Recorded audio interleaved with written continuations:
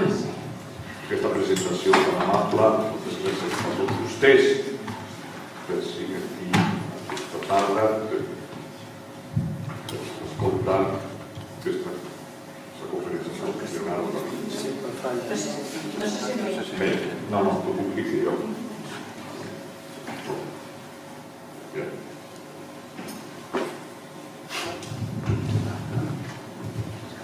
Bé, millor, no? Bueno, per començar.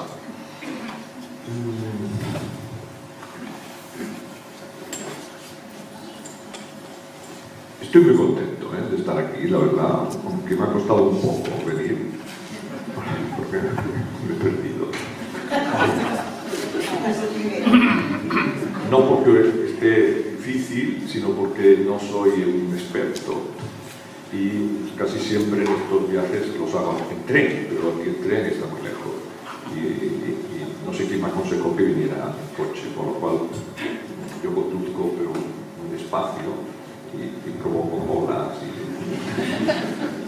y cosas así. Pero bueno, ya soy uno más grande y eso es lo que pasa.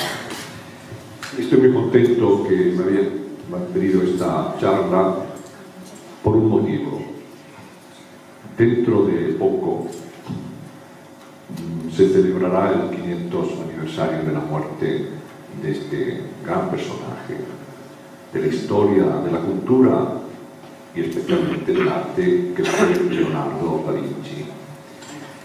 Y va a tener lugar en Cataluña y en otros lugares de Europa muchísimos actos, e incluso es prevista una magna exposición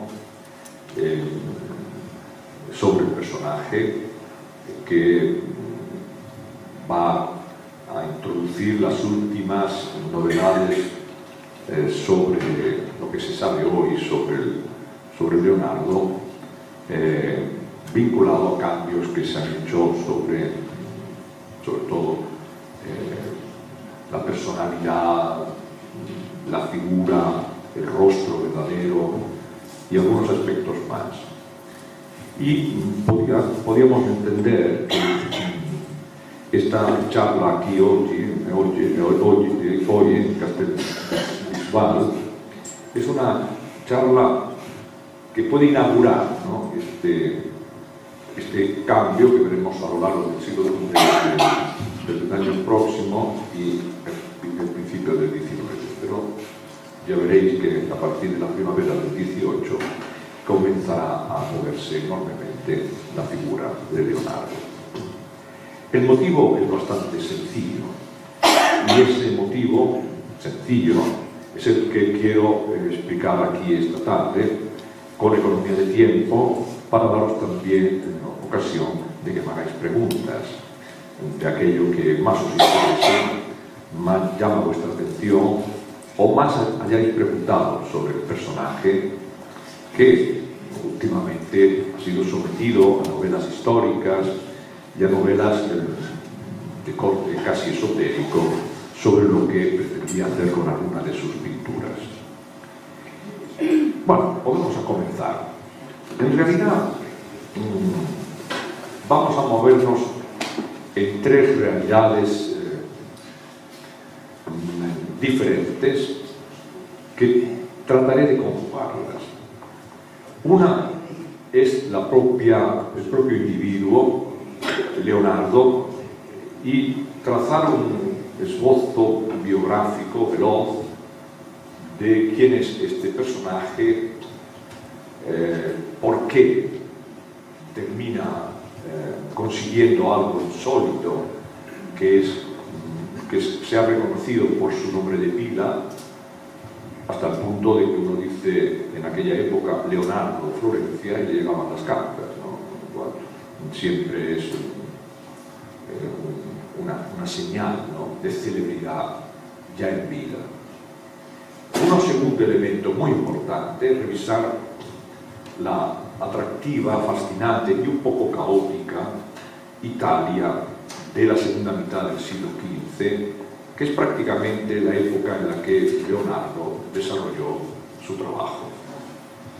Y en tercer lugar, y no menos importante, establecer el trasfondo cultural de ese periodo histórico que seguimos denominando con razón el Renacimiento, que curiosamente lo vinculamos fundamentalmente a este periodo de historia y convertimos, esto es un consenso casi unánime de los expertos, lo convertimos en la persona, el epítome, el referente especial, Leonardo.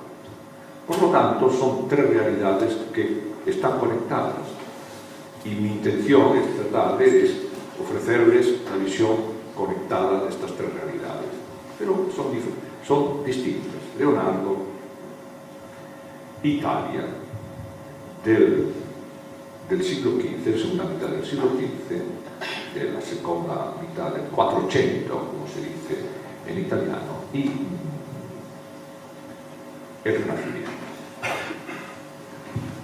Vamos a empezar. Es curioso que Leonardo es un personaje en sí mismo enigmático y su propio nacimiento suscita no dudas, pero sí sorpresas. Él nace el día 15 de abril, la víspera del domingo de Resurrección, de Gloria, en un pueblecito que curiosamente se asemeja a este. Está en una montaña como está Castelpillar y cerca de una ciudad importante, como vosotros estáis cerca de Barcelona, él está cerca de Florencia. Pero es un pueblo que tiene una enorme identidad y es hoy día muy célebre porque es el lugar de nacimiento de Leonardo, estoy refiriendo a Vinci, y por eso decimos que es Leonardo da Vinci, es decir, Leonardo que nace en Vinci. Nace de unos amores furtivos, incluso la madre parece que procede de alguna familia doméstica e incluso podría ser de alguna familia que venía del norte de África. Y como nace de unos amores furtivos, por lo tanto es un hijo natural, y el padre tiene algún recelo, el hijo es recuperado y educado por su abuelo paterno, que ve en él rasgos sorpresivos de talento inicial. La sociedad florentina del siglo XV está muy atenta a estos rasgos de personalidad, puesto que el Renacimiento, veis cómo voy enlazando, personaje, lugar, época, ¿no? El Renacimiento se caracteriza fundamentalmente por la sublimación de la individualidad, de la subjetividad, del yo personal. El uomo, el hombre, quiere ser universal, y ser universal alcanzando su propia identidad personal. Es un momento de desarrollo de la subjetividad que los historiadores creen como un rasgo característico del mundo moderno y es la gran herencia del Renacimiento. Leonardo, muy niño, tiene ese perfil que se descubre en otros, pero hay algo especial en él. Ese carácter especial lo va a desarrollar a lo largo de toda su vida, generando ese halo de misterio que tiene Leonardo siempre. De pequeño, de joven aprendiz y por supuesto, como veremos, en la parte más adulta, incluso en la primera vejez. No hay segunda vejez porque muere pronto. Y esa vinculación con la cultura renacentista que se estaba desarrollando en la ciudad de Florencia le cambia porque la Florencia a la que llega, impulsado, repito, por el abuelo paterno, para sacarlo un poco de las habladurías que Vinci se hacía sobre sus orígenes y sus relaciones, habida cuenta que su madre se casa, pero no con el padre, sino con otro señor, y tiene a su vez hijos con él, por lo tanto, tiene una relación distante con la madre, elemento que, de cara a la personalidad de Leonardo, hay que tener en cuenta. Estos hijos que viven tensamente con el recuerdo de la madre y tienen muy poca relación con ella, o relación en la distancia, son personajes siempre especiales. Pero cuando Leonardo llega a Florencia, Florencia está en un momento a punto de alcanzar su máximo esplendor. De hecho, ya el perfil de la ciudad ha cambiado radicalmente en los años anteriores. Un perfil que todavía hoy podemos reconocer y todavía hoy podemos ver como vio Leonardo cuando se asomó a ese balcón auténtico que es la iglesia de San Miniato al monte, para ver a la ciudad que está sobre un río, el río Arno, a ambos lados de las orillas de este río. Y allí, desde este privilegiado balcón, Leonardo, como cualquier visitante de hoy, descubre el perfil de la catedral de Florencia, que había hecho un gran maestro de la pintura del siglo XIV, que era Giotto di Bondone, un gran pintor, pero también un gran arquitecto, que había construido la iglesia, la catedral, el Duomo, y al mismo tiempo había construido el campanile, que sabéis que los italianos tenían la pasión de hacerlo al margen de la iglesia, fuera de la iglesia.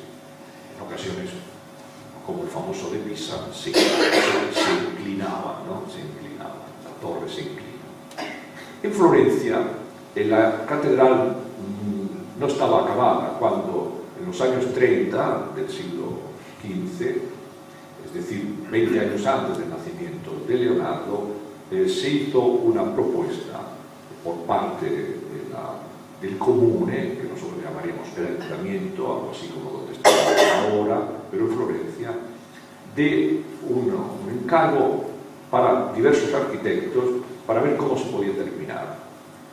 Y uno de ellos, un grande arquitecto de todos los tiempos, que se llamaba Filippo Brunelleschi, decidió construir la famosa cúpula, que es un gesto revolucionario, porque levanta una cúpula sin las herramientas con que se había levantado hasta entonces, que eran los arcos tensos, ¿no? Las arquerías propias del arte gótico. Esa extraordinaria construcción generó pánico porque todos estaban convencidos que la cúpula aplastaría la iglesia y se hundiría. La sorpresa de entonces y de hoy es que permanece intacta. Y eso que Florencia es una ciudad donde a veces se mueve la tierra, y se han movido y se han caído algunas casas, pero nunca la cúpula.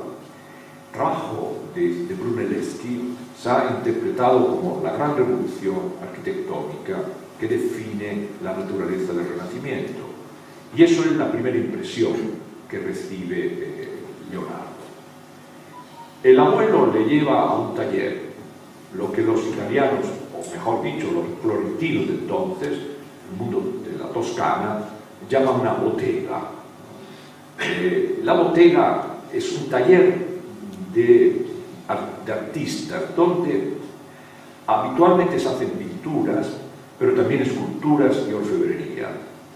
Y está ocupado por un gran maestro y muchos discípulos, muchos, donde la selección viene determinada por la capacidad, la entrega y el talento de estos discípulos.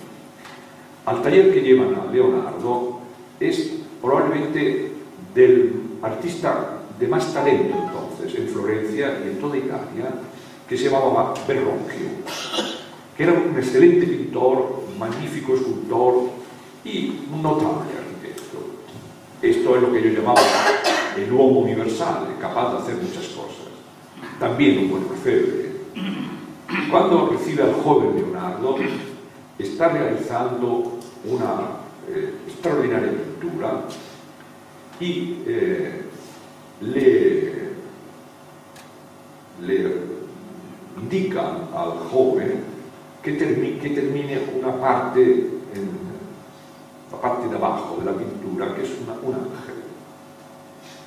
Y Leonardo se dispone a hacer el ángel de esta pintura pequeño, una cosa muy pequeñita en la parte inferior de la pintura.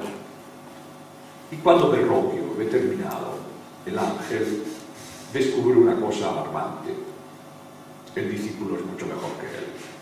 El ángel es lo mejor de la pintura. Y Verrocchio no se agrada, no se enfada. Y esto es propio de la cultura del Renacimiento. Tenían tanto deseo de mejorar que, al contrario de enfadarse, favorece la vida, ¿no?, de Leonardo. Le lleva consigo a Venecia para que entienda que Italia es un tablero político difícil de seguir, que no todo es lo que se estaba planteando en Florencia, que hay otras ciudades con tanta o mayor entidad política que Florencia. El viaje pasa naturalmente por la gran ciudad de Ferrara, es inevitable. Si sales de Florencia, llegas primero a Bolonia y después a Ferrara, que es el centro de la revolución arquitectónica en Italia en esta época. De hecho, Ferrara es la primera ciudad moderna desde el punto de vista urbanístico, y Leonardo contempla con bastante estupor estas transformaciones tan veloces que solo son comparables a las que vemos en algunas regiones del mundo actual, en Shanghái o en el Golfo Pérsico, ¿no?, en Bahrein, en Qatar, en todos estos lugares, donde las innovaciones arquitectónicas sostenidas por recursos increíbles, como bien sabéis, generan audacias que conducen a la arquitectura de estos países a casi hacer arquitectura del siglo XXII, pleno siglo, principio del siglo XXI. Y esto es lo que estaba haciendo Italia, hacer una arquitectura 100 años antes de lo que hacía el resto de Europa, que todavía se resistía a dejar la arquitectura gótica o tardogótica, pensando que estas audacias tenían poco futuro. Un error, lógicamente, visto en retrospectiva. Y con esa impresión llega a Venecia, que es la ciudad rica entonces de la Europa y por supuesto de Italia. Venecia es una ciudad muy especial, no solo porque es una ciudad que está asentada en una serie de islas rodeadas por canales y por un gran canal que serpentea la isla central, los barrios, sino porque además es una ciudad que mira hacia Oriente, está muy vinculada a todo el gran comercio oriental, y es una cultura bastante extraña para Italia. De hecho, todavía hoy Venecia no se siente italiana. Sabéis bien que hace poco hubo un referéndum, se pudo hacer del Véneto para ver qué disposición iba a tener con respecto al resto de Italia.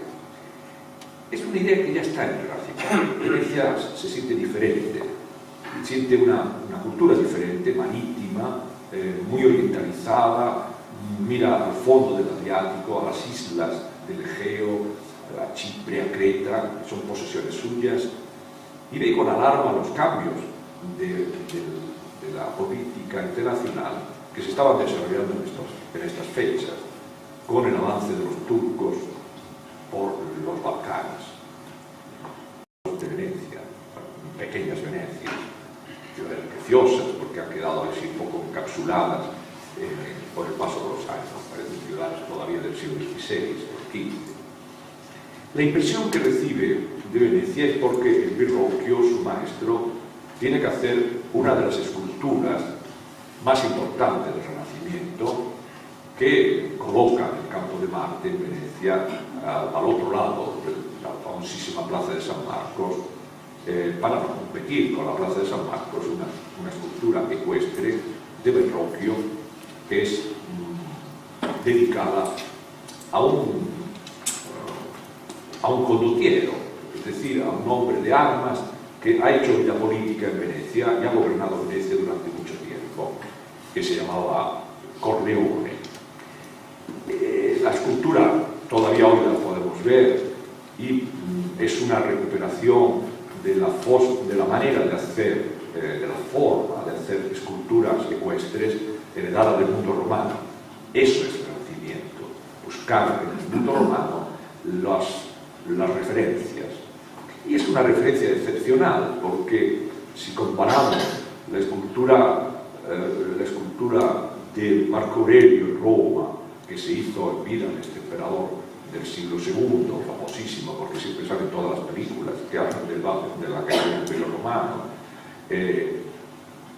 con la del Verrocchio sobre Corleone, descubrimos muchas similitudes, pero también la capacidad extraordinaria de Verrocchio de hacer una escultura que tiene un riesgo inmenso, porque optó, para seguir el modelo de Marco Aurelio, de fundirla en bronce. El bronce es un metal muy deseado en el futuro, porque, como veremos en vida de Leonardo, el arte de la guerra cambiará y la sociedad italiana optará por fundir cañones. Y el cañón se convierte en el arma por excelencia de la guerra de finales del siglo XV, en vida de Leonardo. Y ante la duda de cómo utilizar el bronce, si para esculturas o cañones, podéis entender que es una duda inexistente por cañones. Esto siempre, desgraciadamente, en la historia predomina más la subversión del arte de la guerra que el arte de la estética, el arte de la escultura en este caso. La impresión que recibe de Venecia Leonardo le provoca además un fenómeno de azar interesante para él. En Venecia conoce al que iba a ser de inmediato embajador de Venecia en Florencia. El Renacimiento italiano está constituido de pequeños estados, todos ellos independientes, todos ellos enfrentados entre sí, en conflictos permanentes. Era un caos dentro de un orden muy extraño que solo ellos entendían. Este embajador era al mismo tiempo un poeta. Vigilemos. Nosotros creemos que los poetas son, todavía tenemos la impresión neorromántica de los poetas. Los poetas son unos líricos despistados, tipo Becker, ¿no? Que es poesía, pues eres tú, ¿no? Mientras te miro, ¿no? La pupila, no. Los poetas en el Renacimiento eran un procedimiento del saber. La poesía era una forma de saber, como la filosofía o la arquitectura, y era una forma de saber para recuperar el canon de la belleza. El canon de la belleza que ellos creían encontrar en una tradición clásica, greco-helenística y luego romana, otra vez el Renacimiento, recuperación de la antigüedad, consistente en buscar la belleza ideal de Platón y los valores que Plotino, que es un neoplatónico muy importante de la época del siglo III, de la era común en Alejandría, había desarrollado como la razón de la vida. La vida es la belleza. Ya tenemos una extraordinaria impresión vital para el joven Leonardo, porque yo recuerdo cuando me pidieron un libro sobre Leonardo, que tengo aquí delante, que aunque no lo imaginen, lo voy leyendo, ¿no? Lo que pasa es que lo leo de un modo muy astuto, tengo una capacidad de lectura casi vertical. Le titulé Leonardo, el misterio de la belleza. Aquí está, porque él se enfrenta a esta idea que nace de la poesía platónica y neoplatónica sobre el concepto de belleza. Este personaje que se encuentra era un gran poeta veneciano, se llama Pietro Bembo, un personaje muy importante en su época, que ha pasado un poco desapercibido como tantos otros grandes personajes de esta época. Han sido atrapados por la cantidad de gente que hay. Entonces, cuando hay una nómina tan grande, uno tiende a olvidar si no son las primerísimas figuras. Pietro Bembo es un poeta de un talento extraordinario, desarrolla el concepto platónico de la belleza y introduce el neoplatonismo en un momento en el que además la sociedad europea comienza a apasionarse por la lectura, una vez más, en griego, de las obras griegas. El motivo es muy sencillo. En 1453, cuando Leonardo tenía un añito, los turcos han conquistado y han tomado la ciudad de Constantinopla, que ellos bautizaron con el nombre de Estambul, como actualmente se llama, y la convirtieron en una ciudad turca, convirtiendo la gran iglesia de Santa Sofía, que había sido levantada en la época de Justiniano y de su excelente y maravillosa mujer Teodora, en el siglo VI, la convirtieron en una mezquita. Los turcos lo que llevaron fue a un movimiento de exiliados, sobre todo de los sabios griegos que vivían en Constantinopla, y se marcharon a la Europa occidental, a Venecia muchos, dado que Venecia y Constantinopla tenían muchos contactos entre sí, era el final de un vínculo, o a Florencia. Y Pietro Bembo comenzó a pensar la posibilidad de introducir ese valor, ¿no? Repito, la belleza, en el arte, que se estaba haciendo entonces. Verrocchio regresa con Leonardo, que ha aprendido mucho en el viaje.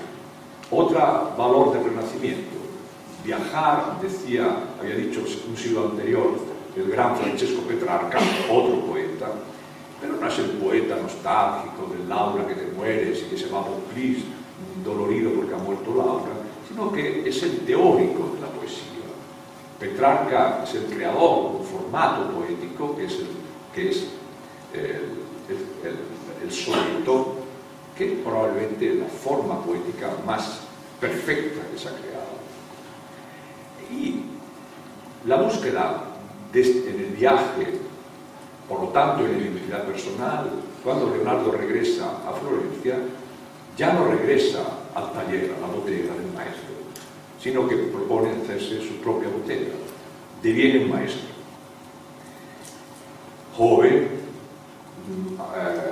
con ideas de técnica pictórica muy innovadoras, como en realidad son todos los genios de la pintura, que se anticipan 20 o 25 años al resto de su personaje de su generación.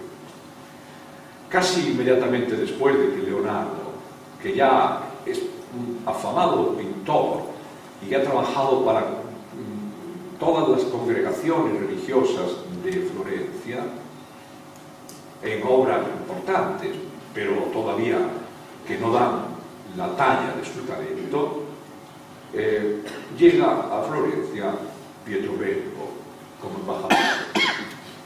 Y Pietro Bembo no acude al Palazzo Strozzi, donde está el gran personaje del momento, el gran personaje político del momento, que es Lorenzo el Magnífico, un Médicis. No, acude a la casa de otro acaudalado banquero. Los Médici son también banqueros, aparte de políticos, pero a un acaudalado banquero que es un poco el contrincante de los Médicis, que se llamaba Benci, como suena con B en este caso, Benci, B-E-N-C-I, Benci, y acude porque era un hombre apasionado, gracias, apasionado de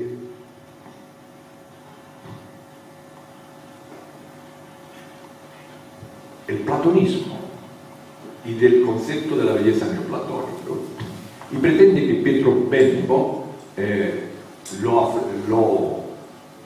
lo explique porque tiene un compromiso a la florentina muy importante, a la florentina y a los siglos XV, y es que tiene una hija que lleva un nombre poético en sí mismo, sacado de las novelas del rey Arturo, que se llama Ginebra da Benci, que va a ser prometida al gonfaloniero de la ciudad, que es el único hombre que, gonfaloniero, una especie del gobernador de la ciudad, que es el único hombre que puede hacer sombra a los Médicis, y de hecho le hace sombra en la política, que tiene el poder en el Palazzo Vecchio frente a los Médici, que lo tienen en lo que actualmente es la galería, ¿no? Está enfrente, ¿no?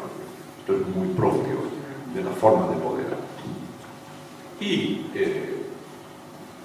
Ginebra quieren hacerle un retrato para demostrar que Ginebra es el mejor ejemplo de la belleza, para demostrarle mediante contrato notarial el coste que significaría para el gonfaloniero que al cabo de unos años Ginebra perdiera la belleza. Es decir, que la sociedad renacentista es especialmente curiosa, valora económicamente la belleza, y la pérdida de la belleza tiene un coste, y eso se firma entre los notarios y el gonfaloniero lo acepta. Con esto podríamos entrar en un territorio que no sería, me llevaría demasiado lejos, que es el territorio de cuál era la condición de las mujeres en Florencia en esta época. Muy bien estudiado, por cierto. Pero no. Yo prefiero entrar en la decisión de Pietro Bembo de llamar al joven Leonardo para que pinte el retrato de Ginebra da Benci. ¿Y qué hace Leonardo? Que le gustan los grandes desafíos, aceptarlo. Llevaban 50 años los florentinos pintando retratos de mujeres. Es su gran obsesión. Y siempre los pintaban de lado, de perfil. Y todos los grandes pintores del siglo XV, Masaccio, Uccello, Piero della Francesca, personajes de un nivel extraordinario, entonces mucho más importante que Leonardo, habían afrontado el desafío de pintar estos retratos de mujeres. Habían mostrado cómo debe ser, digámoslo así, el perfil de una mujer, cómo tiene que estar vestida, cuál es su gesto, cuál es la pose, en fin, toda esta problemática. Habían inventado algo sorprendente en la historia, como es el retrato, que ya acompañará a la historia hasta principios del siglo XX, cuando la abstracción acaba con el retrato o bromea sobre él, como hace Picasso. Leonardo se da cuenta que tiene una oportunidad única y pinta a Ginebra da Benci frontal. La gira y la pinta frontal. Hay un gran profesor que se llama John Brown, en broma le dice el inteligente, para distinguirlo del famoso de las novelitas exotéricas, John, que dice, que es un profesor en Washington, naturalmente tirando un poco, porque esta pintura está en la Pinacoteca de Washington y es probablemente la pintura más importante que hay en este momento en los Estados Unidos, el retrato de Ginebra da Benci. Ya veremos que Leonardo solo pinta 4 retratos de mujeres, y ese es el gran reto de toda su vida. El retrato de Ginebra da Benci es excepcional. No me gustaría dedicarlo solo, podríamos haber hecho la charla sobre el retrato, pero retener esto. Es un retrato donde explícitamente quedan claros todos los proyectos platónicos y neoplatónicos en Florencia sobre lo que es la belleza. Pero tiene un efecto demoledor para Leonardo, y es que Lorenzo el Magnífico no está dispuesto a aceptar el arte de Leonardo. Nunca serás profeta en tu tierra, le dijeron a Jesucristo, también se lo dijeron a Leonardo. Y los Medici prefieren a un joven talentoso que se llama Sandro Botticelli, que pinta la alegoría de la primavera, como bien sabéis, con a la bella Catania, ¿no? Saliendo de la Concha, obra sobradamente conocida. Leonardo, que sigue pintando para las grandes cofradías de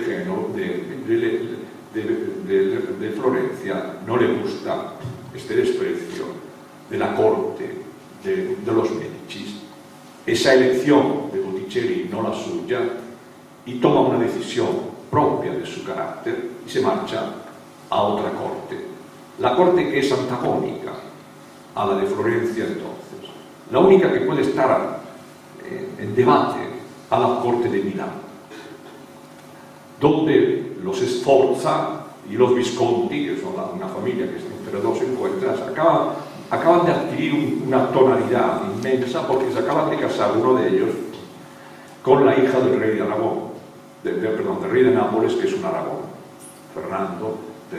Ferrante de Nápoles, que es hijo de Alfonso el Magnánimo, que era catalán.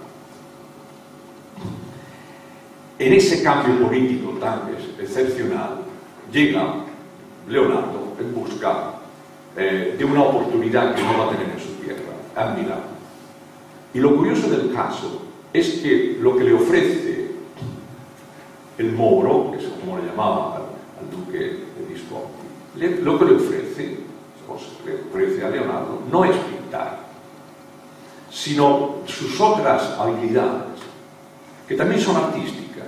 Era un excelente ingeniero, era un extraordinario escultor, era un magnífico científico, tantas cosas que sabemos que Leonardo tenía, están sus cuadernos, a decenas, y está también la construcción lenta de un caballo para ser fundido en bronce. Ya ahí se equivocó, porque ya sabéis, con el bronce que pasa. Y durante años, Leonardo desecó los pantanos cercanos a Milán, trabajó denodadamente en figuras de la guerra, en armas secretas y otras muchas cosas para el duque de Milán. Pero nada de pintura, hasta que la suerte le sonríe. Es curioso la desesperación de Leonardo y al mismo tiempo la fortuna. En el Renacimiento italiano se decía, la fortuna es la clave de la historia. Y la fortuna es la suerte, nosotros traducimos, la buena suerte. Y es que el Moro, el duque de Milán, se ha enamorado perdidamente de Lucrecia Clivaelli. Está tórridamente enamorado de esta mujer, a pesar que está casada, pero el amor sale por donde sale. Y vive atormentado de una cuestión clave: ¿perderá la belleza Lucrecia? Y le dijeron, aquí hay un señor que tiene bajo contrato, un doméstico tuyo, que te puede dar la respuesta. Llamando, entonces de repente se encuentra ante Leonardo. Dice, ¿por qué no me lo has dicho antes que eres pintor? Dice, porque no has leído mi currículum, ¿no? Diríamos hoy, donde te ponía en primer lugar que era pintor.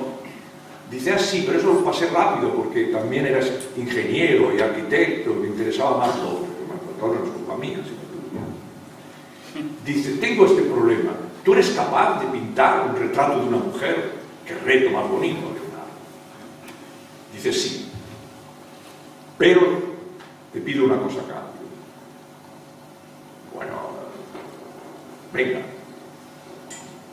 Dinero, no, dinero también, porque el Renacimiento es el mundo del dinero, pero no es eso no es lo que te pido a cambio.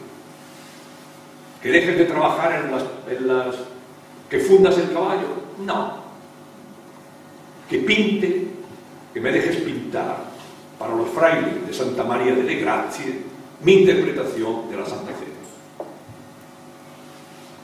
Bueno, le dice, de acuerdo, mientras pintes al unísono. Digo, no te preocupes, yo te pintaré a Lucrecia tal como yo la interpreto. ¿Y qué producto sale de esto? Sale La Dama del Arminio, uno de los cuadros más brutalmente hermosos de la pintura, porque el arminio es el Herminio, que es el arminio, el animalito que tiene ella en el regazo, es la identificación del moro, porque la señal heráldica del duque de Milán era un arminio. Entonces es como si lo tuviera en el regazo. Potente que Ludovico queda apresado del pobre Leonardo, que le dedicaba más tiempo a la pintura del cenáculo, de la Santa Cena, de la Grazie, a las afueras de Milán, que del propio retrato. Y no le gustó que le dedicara tan poco tiempo, a pesar de que es un retrato insuperable. Segundo retrato, insuperable. Dice, ya has llegado al máximo. Dice, no, el máximo será la Santa Cena, que como bien sabéis, y ese es el mito, es una obra donde no hay retrato de mujer. Bueno, dice, esa es la cuestión. Es tal el desafío, el arrojo pictórico de crear sobre el muro, ¿no?, mediante la técnica todavía de aceite, que la obra se descuartizaba a medida que le iba pintando.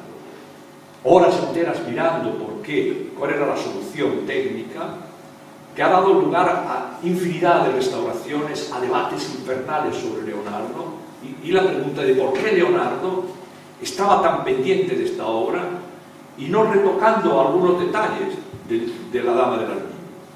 El motivo es muy sencillo. Leonardo, que olfateaba bien a su mecenas, que es el duque de Milán, sabe que el duque de Milán se le ha pasado la pasión y ahora lo tiene por otra, y sabe que le va a pedir exactamente lo mismo, pero lo que se encuentra de repente con el nuevo amor del duque de Milán es algo tremendo para él.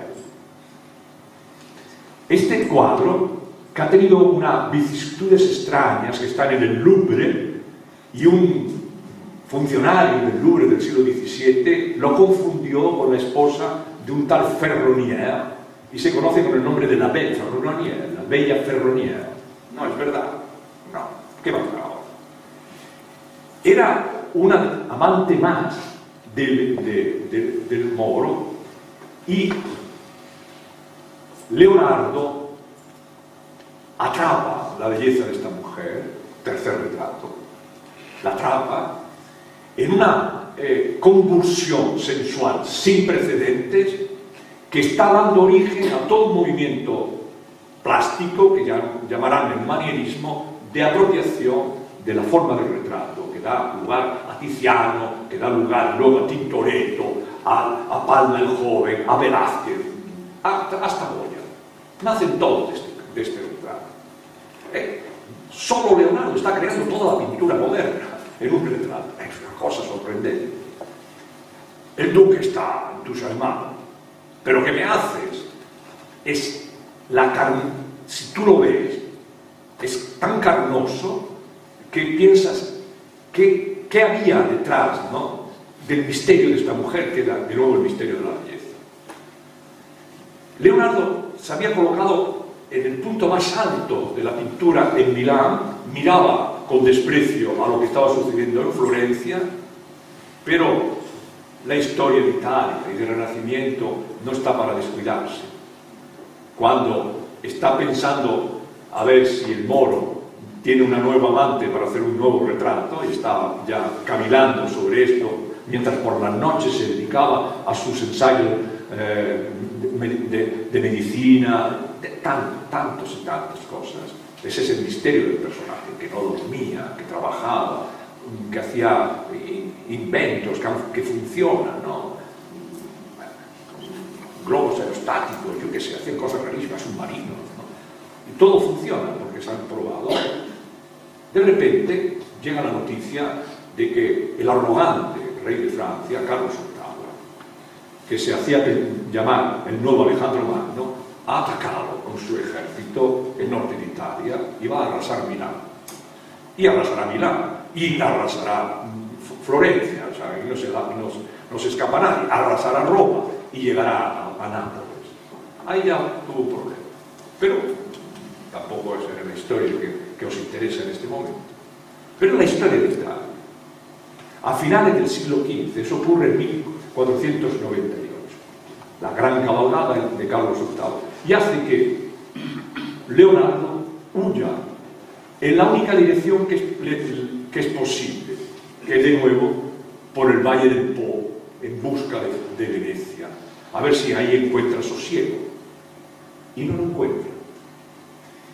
Pasa por Ferrara, donde la bella duquesa de Ferrara, la mujer que inspiró la obra literaria más importante del Renacimiento, que es el Orlando Furioso de Ludovico Ariosto, al que conoce Leonardo, le pide un retrato y le hace un dibujo que está en la colección de la reina de Inglaterra en Windsor. Pero nunca volverá a hacer el retrato. Ese no cuenta, ese no es el retrato, es solamente un esbozo, un dibujo. Y va a Venecia en busca de algo misterioso que nadie sabe qué es. Y lleva consigo un pliego, ¿no?, que es una tela donde está haciendo un retrato. Y vuelve a Florencia, y no le gusta el ambiente de Florencia, se va a Roma, los papas le encargan obras, algunas muy misteriosas, como el San Juan, el del dedo que señala, toda esa cultura esotérica en la que se está introduciendo Leonardo. Y no deja ver a nadie, ni siquiera a sus discípulos que están trabajando por él, no deja ver a nadie lo que lleva enrollado. Harto de Roma, harto de los líos de las guerras italianas que ha provocado Carlos, decide atravesar los Alpes y pedir auxilio en el reino de Francia. Y llega finalmente, cansado, muy viejo, más de la su edad, al castillo de Clos-du-Cé, en la Turena, cerca de Tours, que era el castillo de la madre del nuevo rey de Francia, de Francisco I, que era una mujer de Saboya, Isabel de Saboya, había sido de ella, y se lo ofrece. Aquí lo tienes, maestro, para que escribas, no pintes. Escribe, desarrolla esas teorías que tienes en la cabeza, que son los famosos manuscritos, los manuscritos científicos que están en la Biblioteca Nacional de Madrid y que han dado tanto escándalo y que probablemente serán las piezas codiciadas en la exposición que os anunció. Pero Leonardo, después de tomar la sopa nocturna, siempre tomaba sopa por la noche, se iba a su cuarto a pintar y pintaba un retrato de mujer. ¿Cuántas veces hemos tratado de encontrar la identidad de esta mujer que conocemos como la Gioconda o la Mona Lisa? ¿Cuántas veces la gente se ha posicionado en la sala especial que el Louvre tiene preparada bajo una protección en metacrilato de este cuadro, que no tiene ningún cuadro del mundo tanta protección? Y puedo deciros que no tiene ningún cuadro tantos visitantes.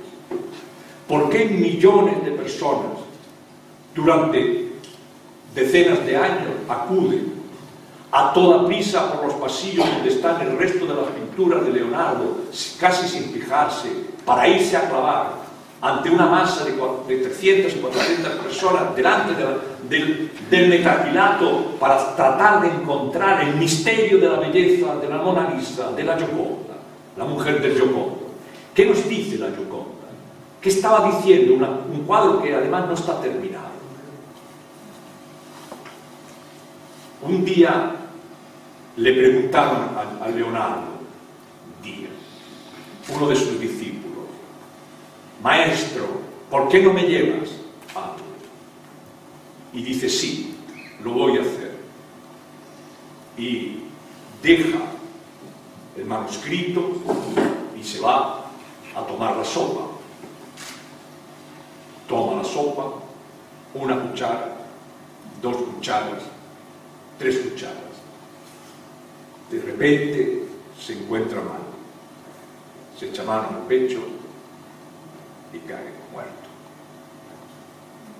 ¿Y qué pasa con el cuadro que tenía en su cámara que pintaba por la noche? ¡Ah!